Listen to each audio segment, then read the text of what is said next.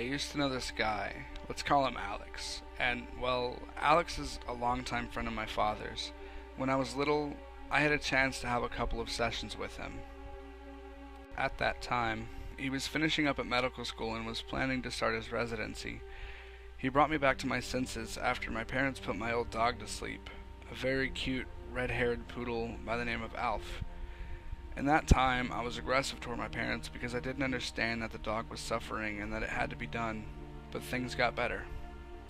We're definitely still friends, and from time to time I call him and ask for some advice.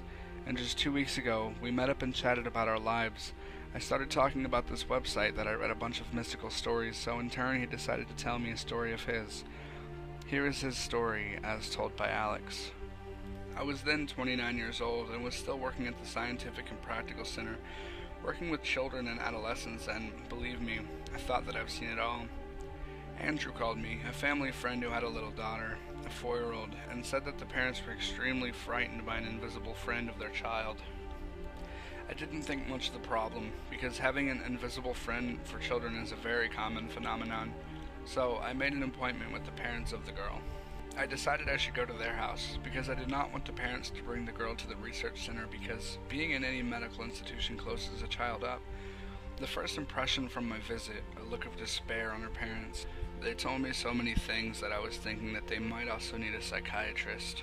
From her mother's words, "We bought this apartment 2 years ago. The building is new and no one has lived here before us. The first year was wonderful. New friends, neighbors. Nancy used to be a sociable, smiling child, but recently she has been talking to some imaginary person and she calls her Anna. At first I did not attach too much importance to this until Nancy started behaving strangely. She stopped socializing with other kids in the kindergarten garden. The teacher told us that she plays by herself, always muttering something quietly. A couple of times at night, we caught her screaming while standing on the back of the sofa, and she said that Anna was angry.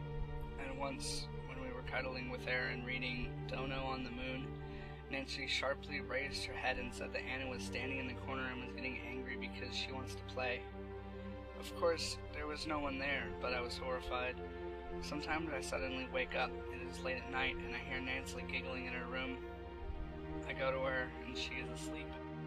I was sitting at the table trying to digest the words of Nancy's mother, because her stories were reminiscent of some horror movie. In my head, I went through some psychiatrists for the parents too, but decided to let it go. Interrupting the mother, I said that I got the gist and wanted to meet Nancy personally.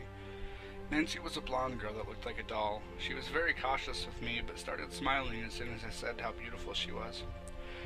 She sat on a playing mat and was playing with tiny clothes for dolls. During our first meeting, I just decided to talk to her about everything, about her lifestyle, about what she likes or dislikes, etc. She turned out to be a very intelligent child and enthusiastically answered all of my questions until I asked if she had a lot of friends. She looked at me sullenly and silently crumpled all doll clothes that she spent so much time folding, casually threw it in the trunk for toys, and went into the kitchen. At that point, I decided to end our first meeting, thinking that I had enough information to think everything through. We agreed with her parents that I would come in 3 times a week for 3 hours, and I asked them to be gone during those hours so I could come closer to Nancy faster. The next 2 sessions did not result in much progress in solving the problem. Only during the 3rd session, Nancy decided to share with me a secret about some small toy stolen from kindergarten that Anna liked. The parents did not know about it. After that, I realized that the girl started to trust me, and I could ask questions that she stubbornly refused to respond to, and I decided to start from my next visit. Nancy greeted me joyfully. We chatted a little about how she spent her time outside of our session, and I asked her to paint. I drew 2 people and said, "Look, this is me and my friend. I'm friends with him. Draw your friend." She drew some girl.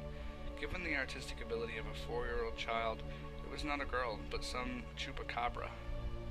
"Nancy, why are her eyes closed?" "They are always closed, and she opens them only when she's angry. They are black." "Nancy, is it Anna?" "Yes, I'm friends with her." "And can I be friends with her too?" "No, she does not like it when someone else is playing with us, because no one sees her but me." "And tell me something about her." "She does not allow me talking about her." "So she is not here right now?" "Why? She's always with me." "Well, show me where she is now." She looked behind my back and grinned, and then some action began. I am a skeptic. but it was still scary. 3 seconds later, I felt like silk slipped from my shoulder to the elbow, straight through my shirt. Everything inside me got tight, but I kept my cool the best I could, and Nancy giggled. I do not know how it happened. Maybe my facial muscles were strained, but somehow I glared at Nancy and she quickly changed the smile to a sad face. I thought she was going to cry and all my work would be for nothing. I smiled at her as quickly as I could and began to tickle Nancy in order to defuse the situation. I laughed with her until I felt an invisible weight on my back, as if someone put a bag on my back. I had difficulty breathing, and frightened, I leaned back from Nancy and sat on the floor. Nancy got up, looked to the side, and seriously said that Anna doesn't like it when I tickle her. By that time, Nancy's parents came home. I did not jump to any conclusions, said goodbye to Nancy, and went home. The whole evening I spent thinking about what happened, trying to find a rational, scientific explanation, but still was inclined to think it was some parapsychological activity. In my profession, this option is not excluded. All night I was dreaming about some nonsense from which I awoke in a cold sweat and could not even understand what the dreams were about. In the morning I called a parapsychologist I knew. He was a lecturer at my university, and he also studied and had some experience with paranormal activity. We agreed that in the evening he would come to inspect the apartment of Nancy's parents. The next day, I went back to their house to once again convince myself that I could not help them with their problem. Everything was as usual. I spoke to Nancy and purposely asked her many questions about this Anna girl while noticing little things around me, knocks, rustles, even some sounds like growls.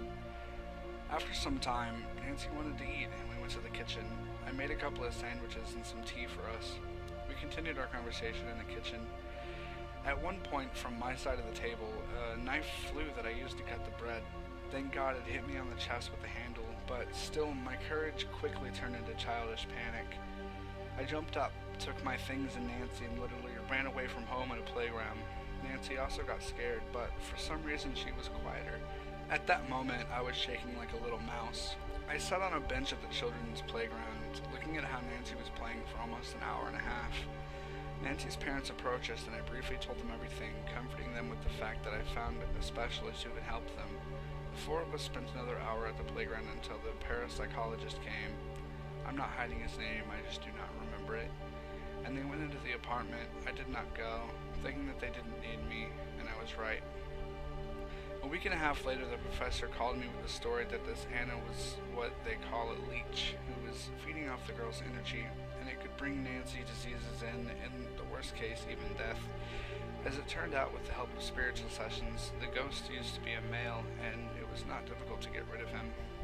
Still, the girl's psyche was shaken a little, and I had a few more sessions with her, but never asked about Anna again.